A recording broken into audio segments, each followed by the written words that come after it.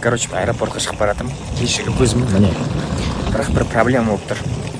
Короче, өзіміз аэропортқа итак кешігіп жатыр. Кеше Айгүл ұйықтап қалып. Үйіне келдім міне. Үйіне. Телефонын да білмеймін, ұйықтап. Здравствуйте, извините, можете открыть 4-й этаж? Там подруга спит, нужно открыть дверь. Срочно. Айгуль ее зовут. А что значит 4-й этаж, 5:30? Вы звоните в мою квартиру. Извините, пожалуйста, но... Она спит. Кто спит? Айгуль? Ваша подруга, да. Можете ее срочно разбудить? Она опаздывает в аэропорт. Откройте дверь, я пойду поднимусь. Нет, я не поняла, я вам что, вахтер? Вы почему будете мою семью? Хорошо, извините, пожалуйста. Извините. Спасибо. Осыки, блин,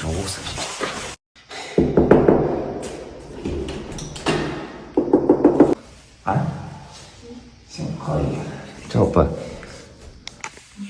тоқсай бүге тоқсай кеше жатыр едік қой.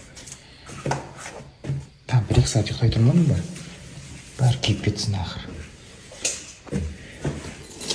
Жүрсіңдерші.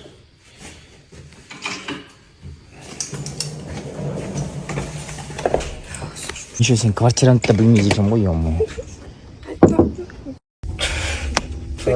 Будинка бағымы қалай тұрмайды.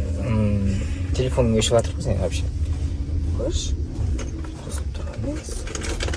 Интернет нұсқаны. А то вроде бы неге қойған мен будильник қадай. Бізде жақсы жаңалық бар. Бәрі сторис салшы деп жатыр. Бұрынғы телеграмымызға қайтадан салатын боламыз. Қайда баратқанымызды Айгүл біліп, кішкене шоке болып қалды. В общем, қайда баратқанымызды бәрін көргіңіз келсе, телеграмға тіркеліп қойыңыздар. И еще қызықты видеолар істеп тұрыңыздар. 1-2 күн сайын 100 мыңнан беріп тұрамыз деген сияқты. Так что, давайте. Кеттік самолет. Біз енді аэропорттамыз. Бүгін мен сәл ұйықтап кешігіп қалғаным бар. Мына кісі қасымда. Сіз келіп ояттыңыз енді, жарайды, бірақ мынандай сұрақ болып тұр да менде. Егер де мен оянбай, сіз мен таппай алсаңыз, өзіңіз ұшып кететін едіңіз. Сонша ойланған сен? Ойланатын сұрауға келді.